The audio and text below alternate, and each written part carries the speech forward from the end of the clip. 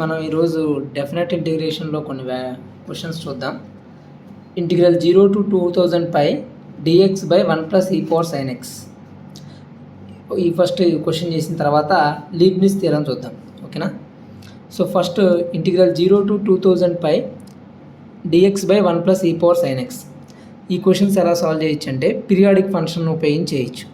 Sign X period ఎంత అంటే కనుక 2π. మరి కాంపోజిట్ ఫంక్షన్ ఈ పవర్ సైన్ ఎక్స్ తీసుకున్నాను అనుకోండి, దాని పీరియడ్ ఎంత అవుతుంది? పీరియడ్ అయితే చేంజ్ అవ్వదు కదా, 2π ఉంటుంది. సో అంటే దీనికి 1 యాడ్ చేశాను అనుకోండి, 1 plus e power sine X తీసుకున్న పీరియడ్ 2π.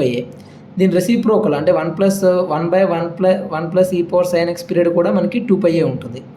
సో పీరియడ్ అయితే చేంజ్ అవ్వదు, ఎందుకంటే ఎక్స్ ముందు ఏమీ లేదు కదా, సేమ్ అదే ఉంది కాబట్టి ఈ యొక్క మొత్తం ఎంటైర్ ఫంక్షన్ యొక్క పీరియడ్ ఎంత అంటే 2π. సో పీరియాడిక్ ఫంక్షన్ ఉన్నప్పుడు ఏం రాసుకోవచ్చు అంటే 0 × nt అలా రాసుకోవచ్చు. ఈ పీరియాడిక్ ఫంక్షన్ని ఇలా ఉంచేసి n అనేది ముందు తీసుకొచ్చేస్తాం. ఇంటిగ్రల్ 0 to t అని చెప్పి ఇక్కడ ఉన్న ఫంక్షన్ యాస్టీజ్ రాసుకోవచ్చు. సో ఇక్కడ పీరియడ్ ఎంత అన్నాం మనం? 2π అన్నాం కాబట్టి 2π అనేది పక్కన పెట్టేస్తే ఇంకెంత మిగులుతుంది? 1000 మిగులుతుంది.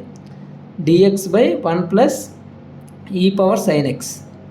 సో 2π అనేది పీరియడ్ కాబట్టి ఆ పీరియడ్ అనేది అలా ఉంచేసి 1000 ఏదైతే ఉందో ఇంటిగ్రల్ వాల్యూ దాన్ని ముందుకు తీసుకొచ్చేస్తున్నాను. సో 1000 టైమ్స్ 0 to 2π అంటే మీనింగ్ ఏంటంటే 2000π వరకు ఇంటిగ్రేషన్ చేసే బదులు అదే ఫంక్షన్ రిపీట్ అవుతూ ఉంది. ఇప్పుడు ఉదాహరణ సైన్ ఎక్స్ ఫంక్షన్ తీసుకున్నాం అనుకోండి, ఈ 0 నుంచి 2π వరకు ఏదైతే ఉందో మళ్ళీ సేమ్ అదే గ్రాఫ్ మనకి రిపీట్ అవుతూ ఉంది కదా. సో ఈ పర్టికులర్ పోర్షను మనకి రిపీట్ అవుతూ వస్తుంది ఆ సైకిల్.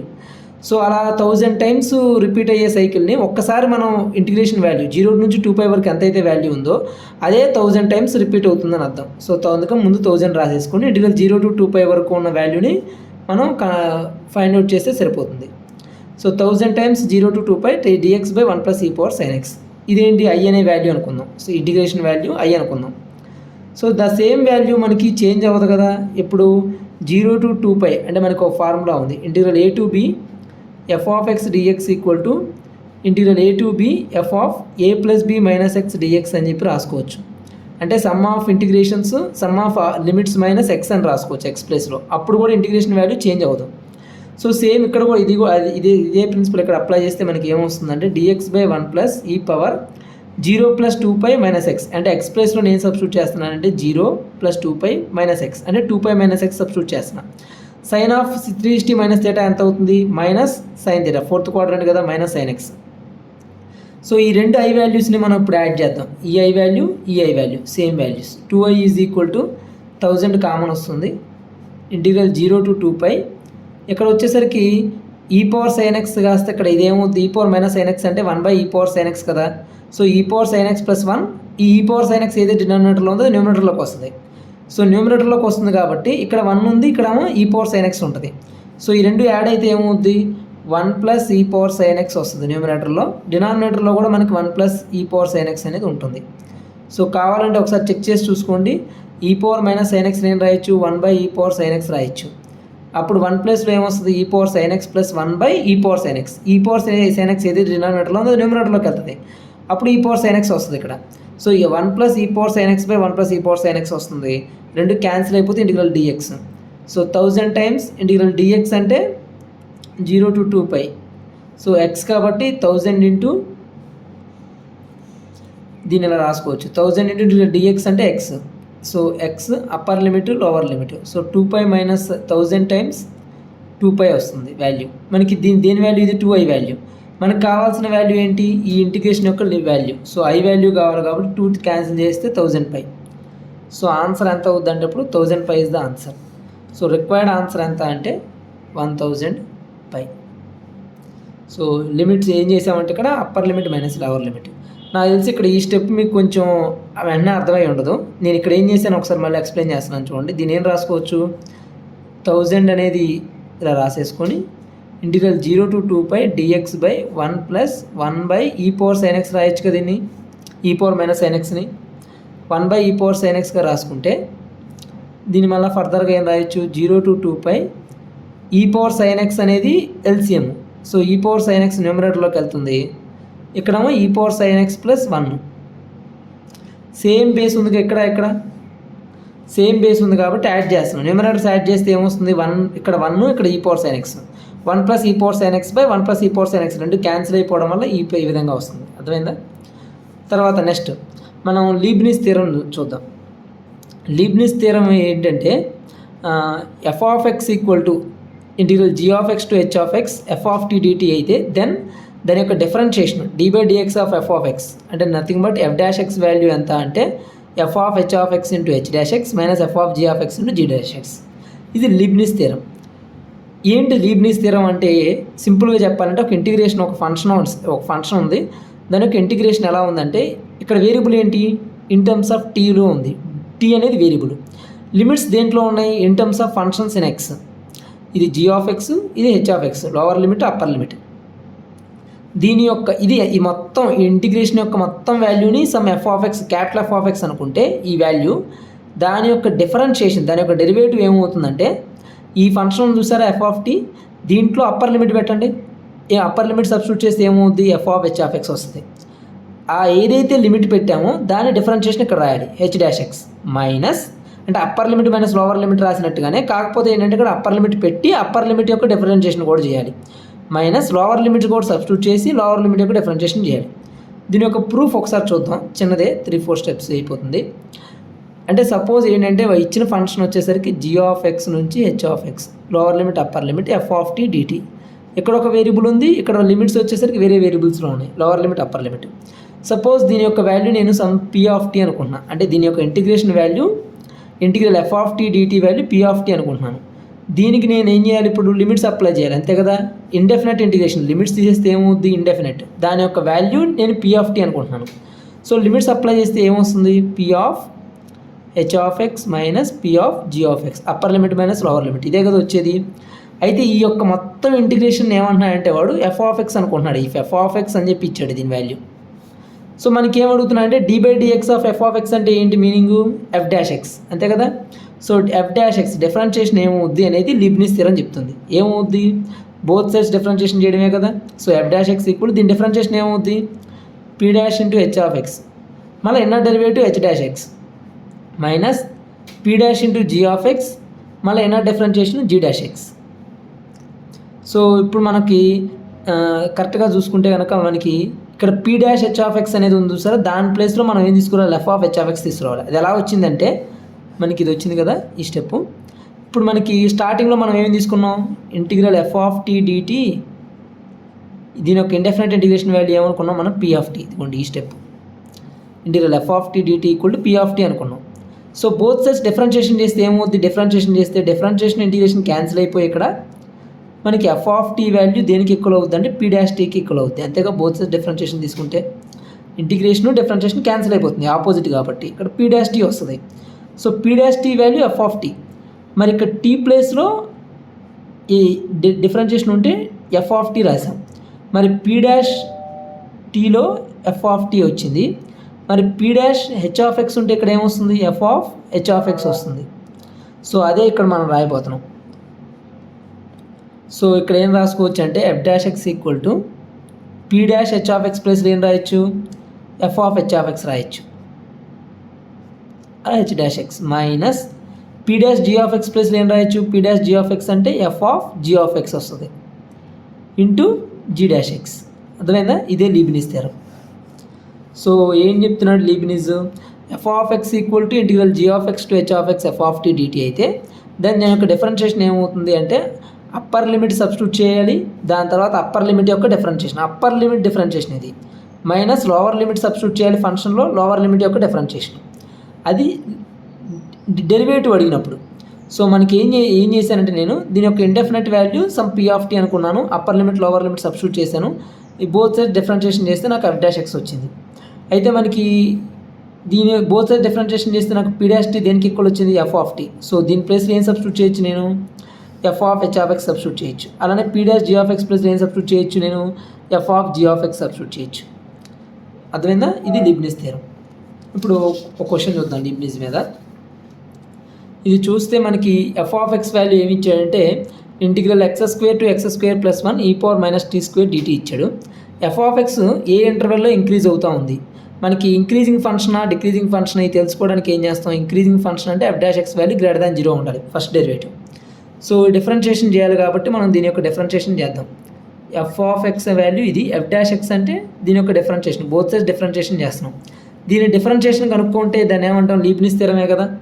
లీబ్నిజ్ థియరం ఏం చెప్పింది మనకి అంటే, ఫస్ట్ ఈ ఫంక్షన్ని తీసుకెళ్ళి ఫస్ట్ అప్పర్ లిమిట్ని తీసుకెళ్ళి ఈ ఫంక్షన్లో సబ్స్టిట్యూట్ చేయాలి, ఎక్స్పోనెన్షియల్ ఫంక్షన్లో సబ్స్టిట్యూట్ చేసి అప్పర్ లిమిట్ యొక్క differentiation minus lower limit substitute చేసి లోవర్ లిమిట్ యొక్క డిఫరెన్షియేషన్. సో చేద్దామా. So e power minus tea square, t ప్లేస్లో ఏం సబ్స్టిట్యూట్ చేద్దాం, ఇక్కడ వేరియబుల్ చూడండి టీలో ఉంది, లిమిట్స్ దేంట్లో ఉన్నాయి, ఎక్స్లో ఉన్నాయి. సో లీబ్నిజే కదా. సో టీ ప్లేస్లో ఎక్స్ స్క్వేర్ ప్లస్ 1 సబ్స్టిట్యూట్ చేస్తున్నాను, అప్పర్ లిమిట్ సబ్స్టిట్యూట్ చేసి దీని యొక్క differentiation 2x minus lower limit కూడా సబ్స్టిట్యూట్ చేద్దాం, e power minus tea square, t ప్లేస్లో ఎంత పెట్టాలి, ఎక్స్ స్క్వేర్ సబ్స్టిట్యూట్ చేయాలి, మరి లోవర్ లిమిట్ యొక్క డిఫరెన్షియేషన్ 2x ఇది. సో ఇది అలా వచ్చింది. So F dash X value ఏమొచ్చింది, ఇప్పుడు 2x కామన్ తీసేస్తే మనకి ఏం మిగిలింది, e power minus of X square plus 1 whole square minus e power minus X square whole square ఇలా మిగిలింది. లిమిట్స్ చేంజ్ అవుతాయా, లిమిట్స్ వచ్చేసరికి ఎఫ్ ఆఫ్ ఎక్స్ ఏ ఇంటర్వెల్లో ఇంక్రీజ్ అవుతుంది అంటున్నాడు. సో దీన్ని ఏం రాసుకోవచ్చు ఫర్దర్గా, 1/e power X square plus 1 whole square రాయొచ్చు, దీన్ని 1/e power X square whole square రాయొచ్చు. సో మనం ఒకటి అబ్జర్వ్ చేస్తే ఈ పవర్ ఎక్స్ స్క్వేర్ ఈ power X square plus 1, so X square plus 1 పెద్దదా ఎక్స్ స్క్వేర్ పెద్దదా అంటే ఏది పెద్దదని చెప్తాం, X square plus 1 is more than x square అని చెప్తాం. దీనికి హోల్ స్క్వేర్ దీనికి హోల్ స్క్వేర్ అప్పుడు కూడా ఇదే పెద్దది కదా. అయితే దీనికి ఈ పవర్ ఎక్స్పోనెన్షియల్ ఫంక్షన్ ఇస్తే ఏమవుద్ది, ఈ రెండింటిలో ఏది పెద్దది, అప్పుడు కూడా ఇదే పెద్దది అవుతుంది. కానీ రెసిప్రోకల్ తీసుకుంటే ఏమవుద్ది అంటే మీనింగ్ ఏంటంటే, సపోజ్ దీని వాల్యూ 4 దీని వాల్యూ 2 అనుకోండి, 1/4 1/2, ఇప్పుడు ఏది పెద్దది, ఇది పెద్దది కదా. సో దీని రెసిప్రోకల్ తీసుకున్నాం ఇక్కడ. సో ఇది తక్కువ వాల్యూ ఇది ఎక్కువ వాల్యూ అంటే ఖచ్చితంగా ఇది ఈ ఎక్స్ప్రెషన్ మొత్తం ఏమవుద్ది, ఆల్వేజ్ నెగిటివ్ వస్తుందిగా. ఎందుకంటే ఇది 1/4 ఇది 1/2 అనుకున్నాం అనుకోండి, నెగిటివే కదా. ఇక్కడ X square plus 1 whole square is greater than x square whole square, ఇది ఓకేనా. సో దీనికి ఎక్స్పోనెన్షియల్ ఫంక్షన్ అటాచ్ చేసాం, కాంపోజిట్ ఫంక్షన్. ఈ ఎక్స్పోనెన్షియల్ ఈ వాల్యూ ఎంత 2.718 సంథింగ్ ఉంటుంది. సో ఇది రీచ్ చేసినప్పుడు ఏమవుద్ది, దీని వాల్యూ ఎక్కువ ఉంటుంది. కానీ రెసిప్రోకల్ తీసుకున్నప్పుడు ఏమవుద్ది అంటే 1/e power X square plus 1 whole square is less than 1/e power X square whole square కదా. సో దీని వాల్యూ ఏమవుద్ది, మైనస్ చేసినప్పుడు ఆల్వేజ్ నెగిటివ్ వస్తుంది, పక్కా నెగిటివ్ వస్తుంది.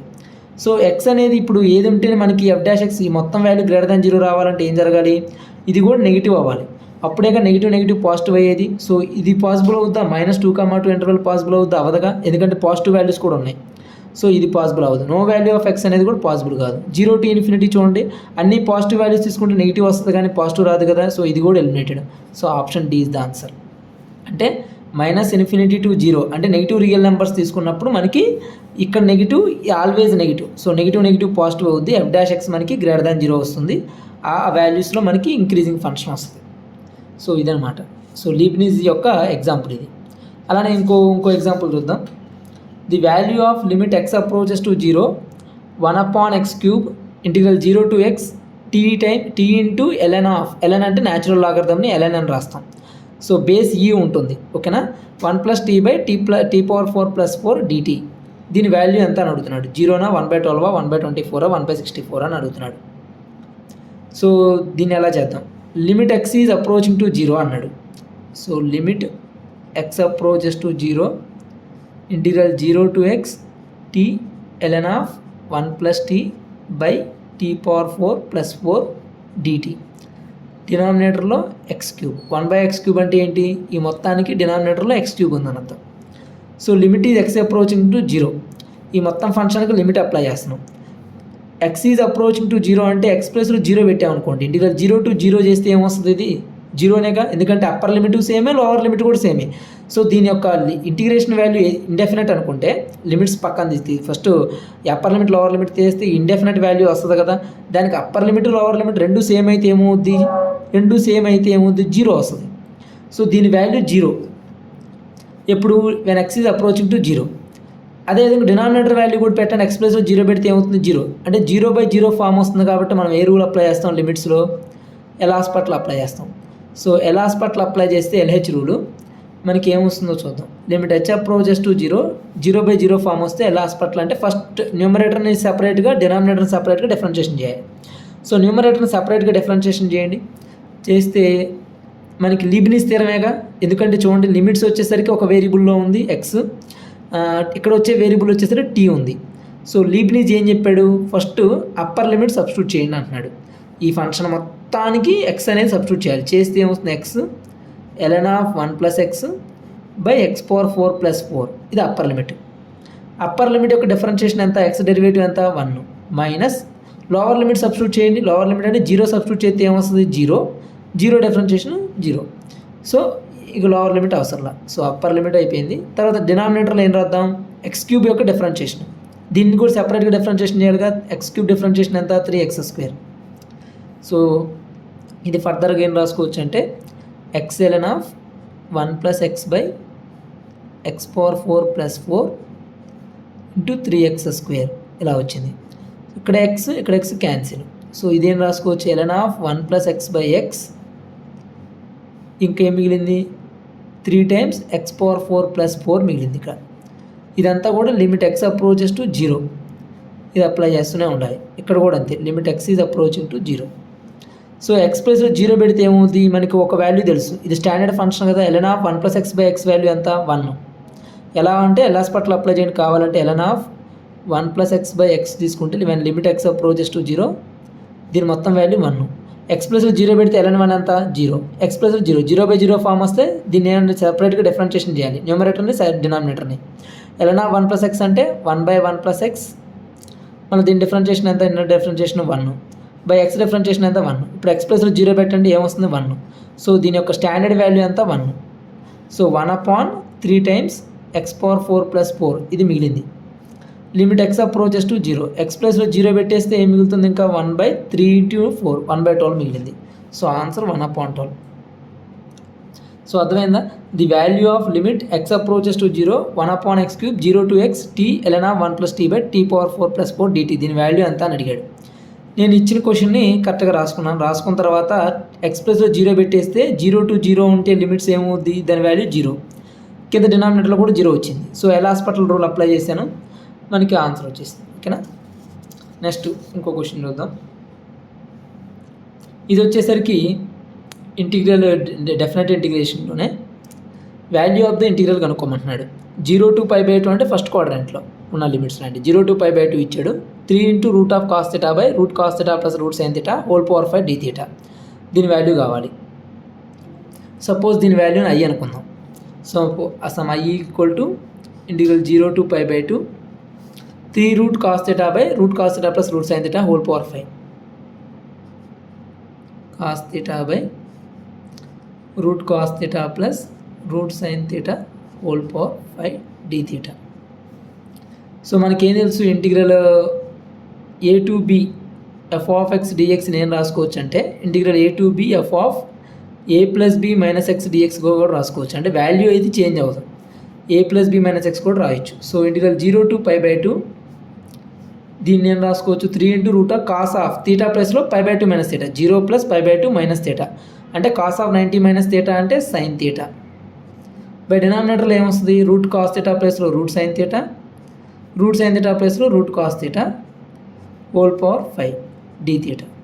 సో ఈ రెండింటిని యాడ్ చేస్తున్నాం, రెండు యాడ్ చేస్తే ఏమొస్తుంది 0 to π/2 3 root cos theta 3 root sin theta రెండు యాడ్ అవుతాయి. బికాస్ డినామినేటర్స్ సేమ్ కదా, సేమ్ బేస్ ఉంది కాబట్టి న్యూమరేటర్స్ని యాడ్ చేస్తున్నాం. యాడ్ చేస్తే ఏమొస్తుంది 3 times root cos theta plus root sin theta by root sin theta plus root cos theta whole power 5 d theta. ఇది 1 time cancel అయిపోతే 4 times. సో ఏం మిగిలింది ఇక్కడ మనకి 0 to π/2 3 by root sin theta plus root cos theta whole power 4 d theta. మనకి ఇక్కడ ఒకటి observe చేయండి, డినామినేటర్స్లో ఎప్పుడు కూడా సైన్ కాసు ఉంటే మనకి ఇన్ టర్మ్స్ ఆఫ్ టాన్లో కన్వర్ట్ చేయాలి. ఓన్లీ సైన్ ఉన్నా ఓన్లీ కాస్ ఉన్నా లేదా రెండు సైను కాసు రెండు ఉన్నప్పటికీ ఉన్నా కానీ టాన్ థీటా సీకెంట్ థీటా ఇలాంటివి వచ్చేటట్టుగా మనం మార్చుకోవాలి. సో టాన్ థీటా రావాలంటే ఏం చేయాలి, నేను దీని మొత్తాన్ని కూడా రూట్ కాస్ థీటా కామన్ తీస్తే నాకు అప్పుడు root sine theta by root cos theta tan థీటాకు మారిపోద్ది.